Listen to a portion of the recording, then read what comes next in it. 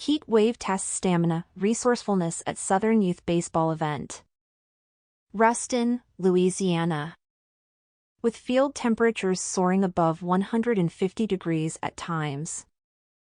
10-year-old baseball player Emmett Anderson and his teammates from Alabama thought better of kneeling when they gathered near the mound for pregame prayers at a recent regional youth baseball tournament here. "It was too hot on our knees," Anderson said of the artificial surface. "We just stood up." High heat proved considerably harder to handle than fastballs up in the strike zone at the DYB World Series this week.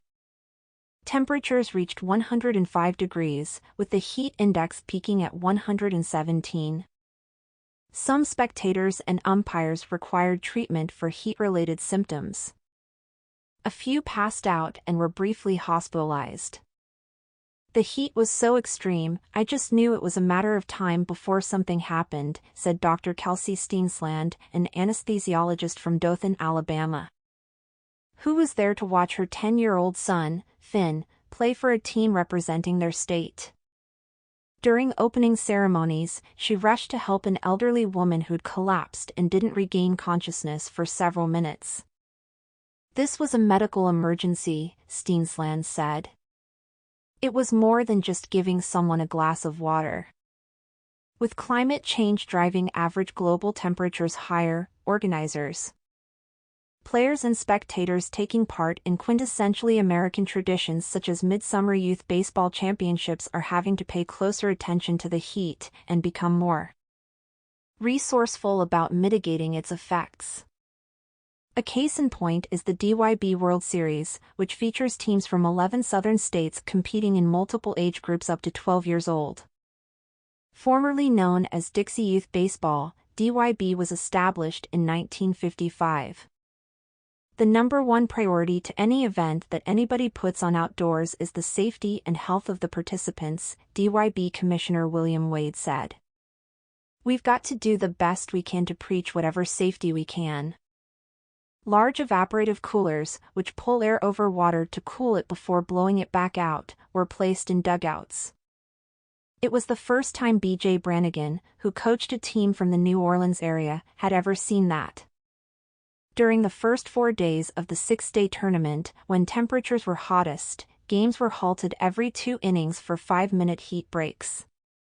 Cases of water were supplied to coaches, players, and umpires. Many also wore wet cooling towels on the back of their necks. Sail shades over the stands helped keep fans out of direct sunlight at the Ruston Sports Complex, a newly built facility that drew widespread praise from tournament participants and attendees. But some expressed concern over the way the artificial turf fields, infilled with black rubber pellets for cushioning, became so hot at times that one could easily see air rippling from convection just above the surface. "One day they advised us that the temp was 167 on the field and it felt like it," umpire Tim Ward said, noting that he'd never been so hot in 25 years of calling balls and strikes. "You couldn't stand still. You had to keep moving or your shoes would start getting soft on the bottom and the heat was radiating up into you." Ward was behind home plate that day, wearing a mask and chest protector, and passed out between innings. When he regained consciousness, he was being treated in the dugout and was taken soon after by ambulance to a hospital. He missed 1 day of games and returned to umpire again before the tournament ended. Any proposal to cancel or postpone the tournament would have been met with considerable opposition. It was getting close to the start of the school year for some players, and these were their highest stakes games of the season. Parents and grandparents had booked hotels and traveled from as far as Virginia. Spectators tried to adapt on the fly. Many showed up with hand-pulled wagons to move newly purchased, lithium-ion battery-powered misting fans to seating areas, where they were rigged to buckets of water. "I've never experienced any kind of heat like this before. You can feel your eyes drying out," said Steensland, who watched games with a misting fan pointed at her and her 7-month-old daughter. Players had to pay close attention to the heat. "You're either prepared or you're not," she said. And the people that come prepared have a wagon full of hundreds of dollars of equipment, chairs, fans, tents.